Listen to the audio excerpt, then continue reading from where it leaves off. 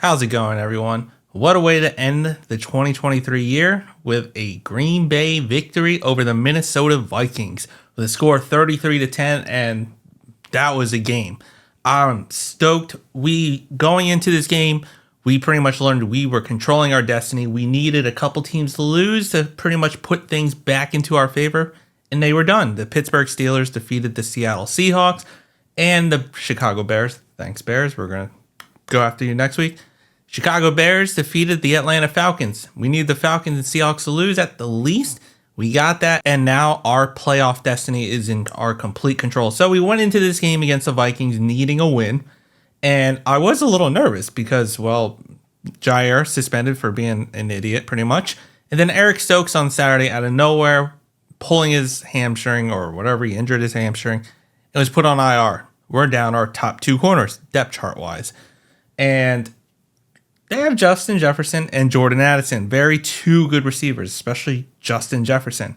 We're going up with Carrington Valentine and Corey Valentine. Very good corners that have played this year, but it's Justin Jefferson. And man, was this game a lot better than I expected. Offense played extremely well. The defense played well. Yes, we did play a quarterback who played only 22 snaps in Jaron Hall and was benched after the first half because his passes looked very errant. But then came in Nick Mullins, who didn't really do much. So on the offense, a bunch of accolades. Jordan Love went 24 for 33, 256 yards, and 3 touchdowns. He officially has more yards and touchdowns this season than any Bears quarterback has ever had in a season. So, suck it, Bears. And continuing to look like an elite quarterback at this rate. He was absolutely surgical. He was throwing a lot of passes, even if they were just fadeaway passes, and he was throwing dimes out there. So Jordan Love, in the beginning of the season, well, not the beginning of the season, the middle of the season where it was like, I don't know if he's the guy, his inaccuracies, and there were a couple games where his inaccuracies popped up very badly. He has become a pretty darn good quarterback so far. And it seems like the offense is starting to gel and starting to get acclimated with LaFleur's offense. And we're starting to see Jordan Love, who looks completely poised and confident and just seems to know everything of what's going on in the field. And it's amazing to watch. And this is just his first season starting still. So I love seeing this, and I can't wait for the future with Jordan Love. And pretty much Jordan Love is our guy. Now it's just a matter of when we're going to extend him. Then over on the ground attack, Aaron Jones had 20 carries for 120 yards. Patrick Taylor, 8 carries for 30 yards. And A.J. Dillon, 7 carries for 27 yards. And this is Aaron Jones' second 100-yard rushing game, which is back-to-back. And also the second 100-yard rushing attack we've had from a player this year. So Aaron Jones seems to be getting healthy and coming back to full circle. Glad to see that. A.J. Dillon did go out of the game. Hopefully it's nothing serious. He was a little bit banged up, but he has been playing through injury. But in the second half, he wasn't playing. Then over on the receiving end, Bo Melton led the receiving attack with 6 receptions, 105 yards, and 1 touchdown, and officially became the first receiver to have over 100 yards receiving this year. And it's Bo Melton. And Bo Melton has been a dog out there. He's been playing well. Yes, he had one...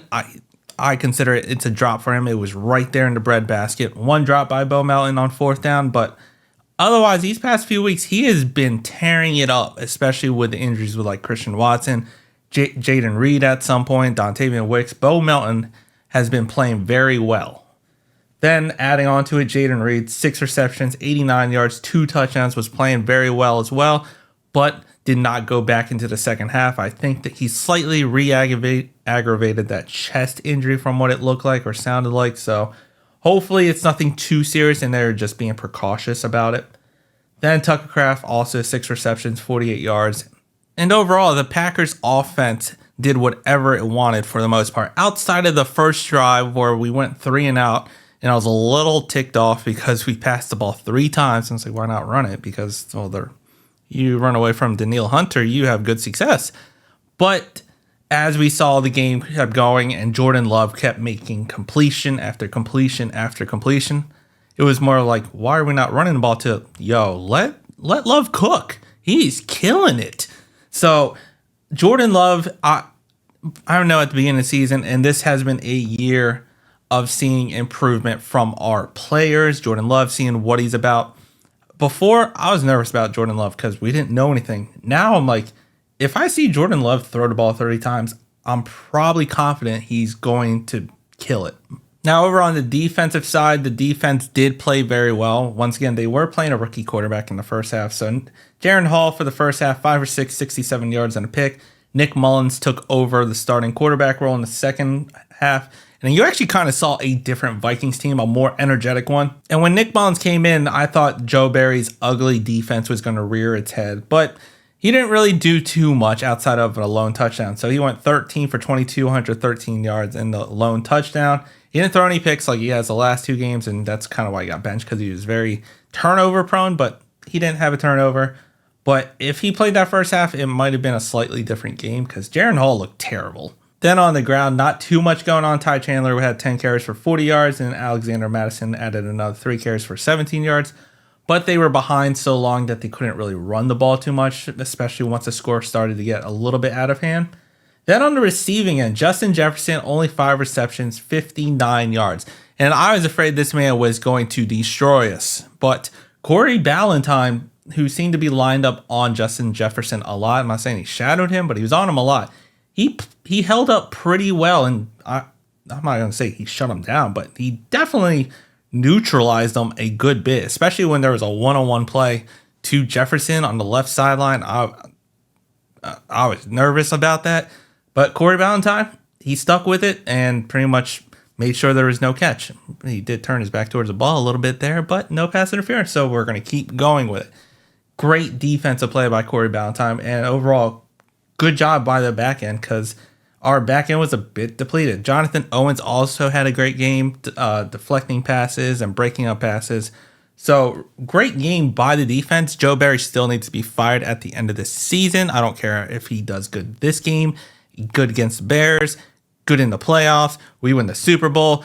I still want him fired. But for this week, we get another victory, inching one closer to our playoff hopes.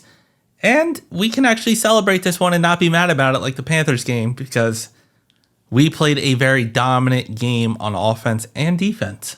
But let me know what you think down in the comments. If you liked the video, hit the like button, subscribe to the channel, and as always, go Pack Go.